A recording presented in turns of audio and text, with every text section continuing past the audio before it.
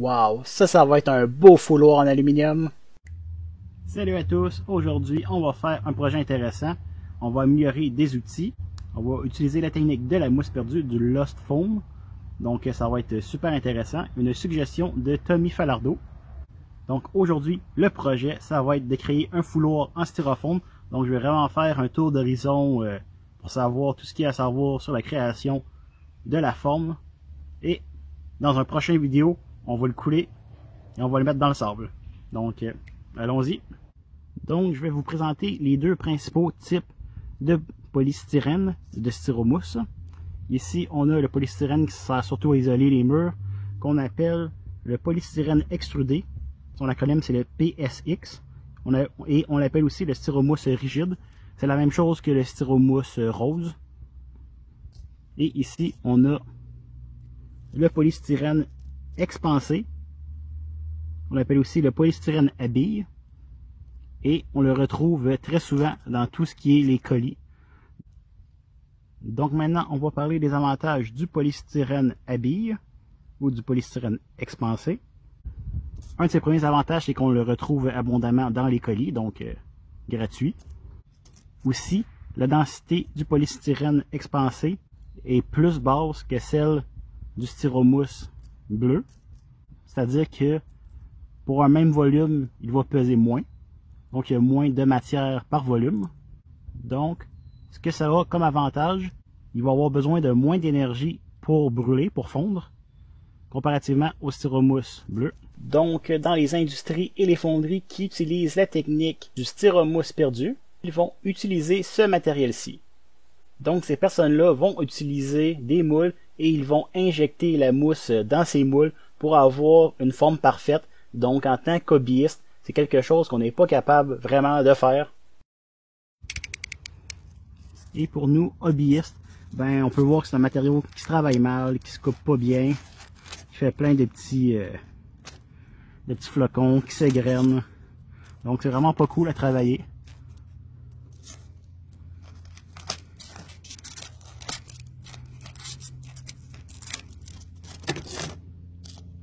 On peut voir aussi quand on essaie de le sabler.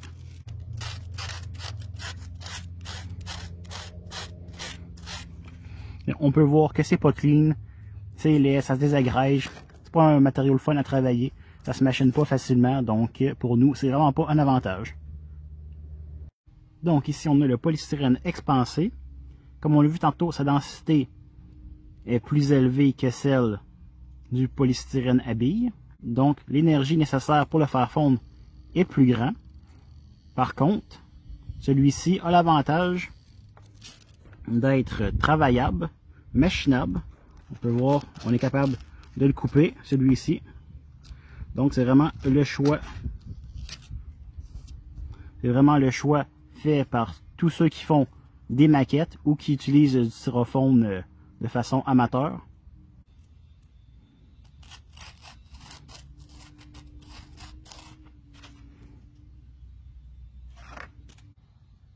Donc, pour votre moule, si vous voulez être capable de travailler votre pièce comme il faut, je vous suggère d'utiliser du polystyrène extrudé.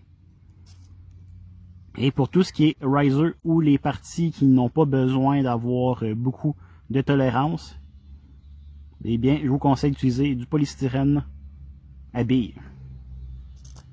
Donc, avant d'entamer n'importe quel projet, je vous conseille de vous faire un croquis, un pattern qui va vous servir par la suite à faire, qui va ensuite vous aider à suivre vos mesures lorsque vous allez travailler avec le styromousse.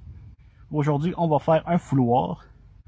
Un fouloir, on appelle ça aussi un sand rammer en anglais. C'est pour vraiment venir compacter le sable lorsqu'on fait du moulage au sable. Tout simplement.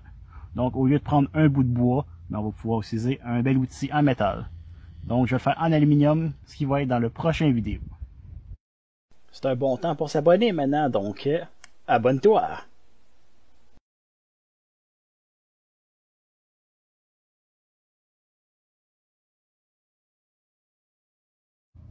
Donc voilà nos trois formes qui vont nous être bien utiles tantôt.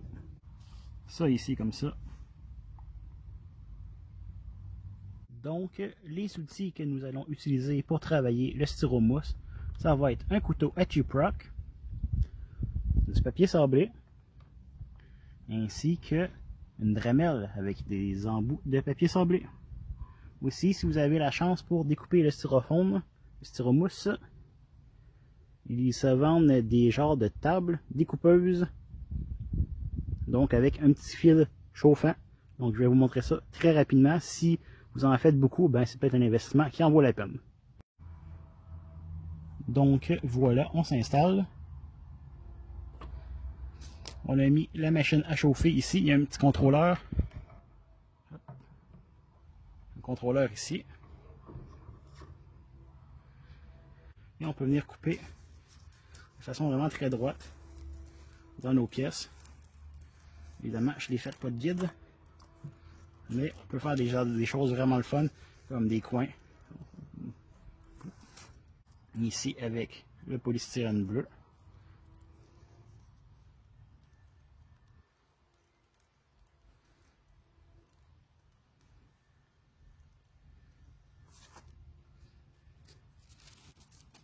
Donc voilà, on peut vraiment faire des belles coupes avec cet outil-là. Mais comme je vous ai dit, tout est faisable avec un couteau Etchy-Proc. Donc on va venir prendre nos pièces découpées. On va venir marquer alentour pour pouvoir les couper ensuite. Les découper dans le styromousse. Mon styromousse a 1 pouce d'épais, donc il va falloir faire plusieurs étages.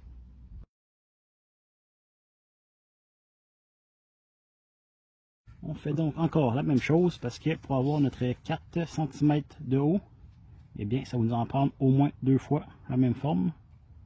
On va le découper plus grand, puis on va le finir à la Dremel.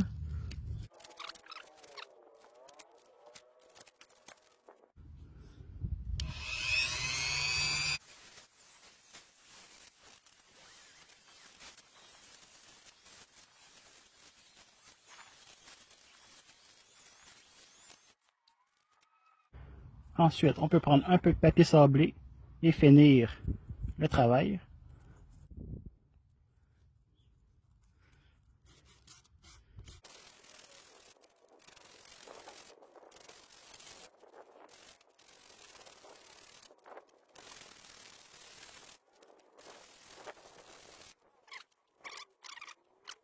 Donc, je viens sabler aussi mon autre morceau qu'on a découpé tantôt.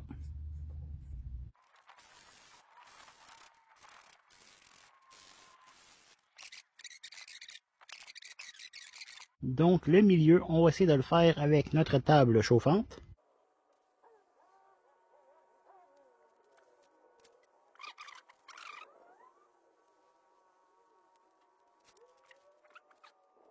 Donc on vient découper notre triangle.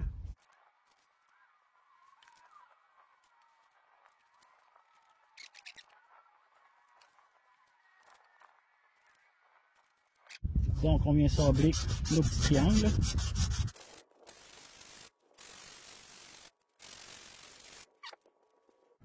Bon, ben maintenant qu'on a tous nos morceaux découpés, c'est le temps de coller les morceaux ensemble. Ici, le choix de la colle est assez important. Ici, j'ai de la colle en bâton, puis de la colle d'école. En fait, c'est important de prendre une colle qui va fondre et aussi d'utiliser une colle qui ne fera pas fondre le styromousse. Par exemple, si on utilise de la Crazy Glue, donc de la colle qui a prise rapide, c'est très possible que cette colle-là va faire fondre notre styromousse. Donc, c'est à faire attention et à tester.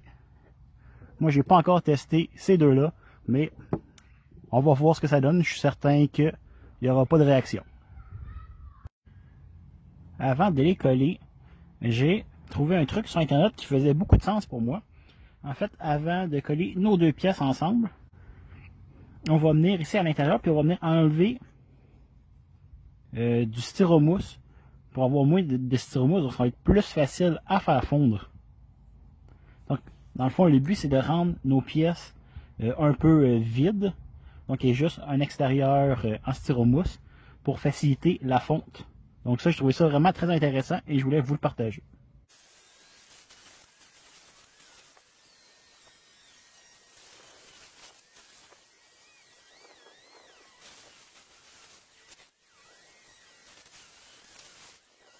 Donc, pour nos deux triangles, on va venir essayer d'appliquer la bonne vieille colle d'école.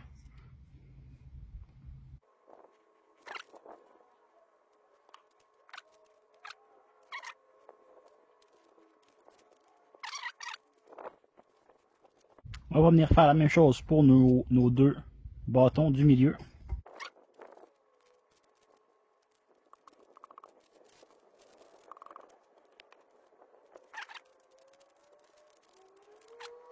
Et pour nos deux petits carrés qu'on a découpés,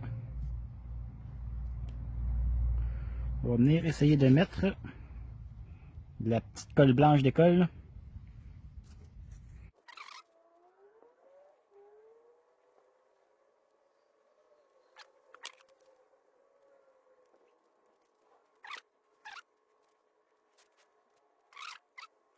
Donc, une fois que c'est séché, on va venir prendre le papier sablé, égaliser les deux formes qui ne sont pas tout à fait égales.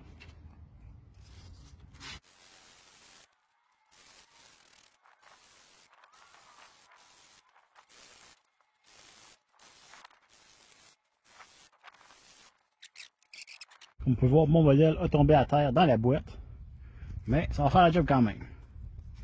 Donc, on veut couper dans ce sens-ci.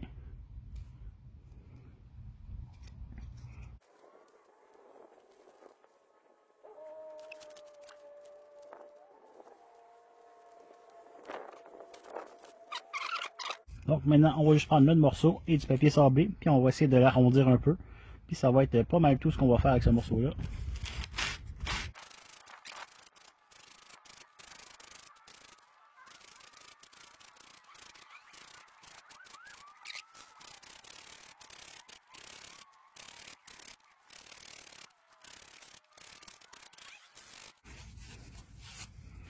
Et voilà, ça sera pas parfait. On peut voir ici des points plus bas. On peut ici des petites encoches. On pourrait continuer à le sabler plus, mais ça va être bien suffisant pour faire un manche. Ça, on peut voir les petits défauts aussi. Dans le styromousse qu'il y avait. Ici. Donc, on va venir mettre de la colle sur, pour coller notre coin triangle.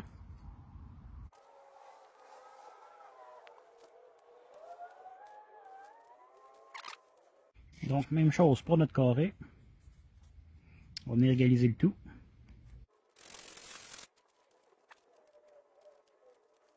Bon, la petite colle blanche prenait vraiment beaucoup de temps à poigner, à durcir.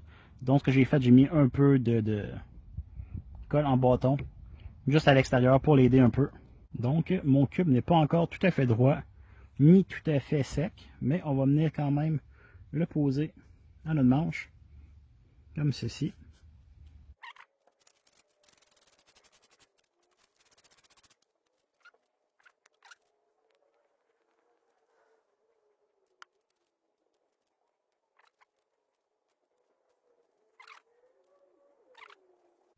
Comme vous pouvez voir, c'est loin d'être parfait. Ce n'est même pas encore totalement sec. Mais on va venir essayer de lui attacher le sprue pour la coulée du métal. On va venir placer ici sur le dessus. Et on va essayer de mettre un peu de colle comme j'ai fait ici, un peu de colle blanche alentour.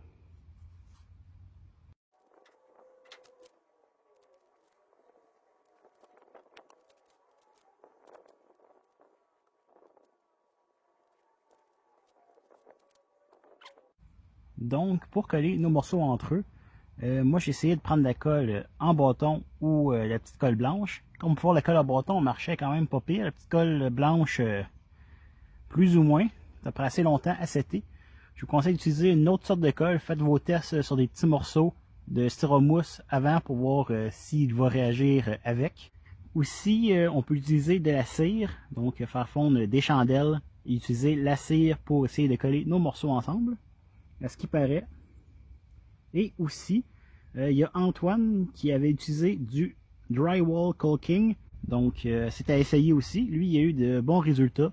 Donc, plein de solutions pour coller nos morceaux. À ce qui paraît, on peut aussi combler les défauts avec de la cire. Bon, eh bien, j'ai décidé d'être impatient. Donc on va faire fondre un peu de cire et on va venir l'appliquer sur nos joints pour être sûr qu'ils tiennent bien le coup.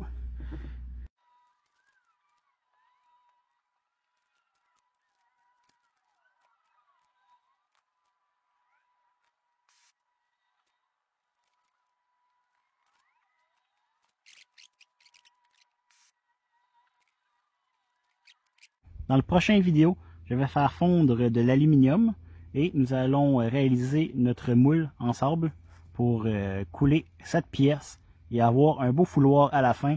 Donc vous avez pu apprendre comment réaliser une forme en mousse et un peu la travailler, comment la coller et quel type de mousse il existe. J'espère que vous avez aimé ce que vous avez vu aujourd'hui et n'hésitez pas à laisser un j'aime. Donc, je vous dis à la semaine prochaine. Au revoir!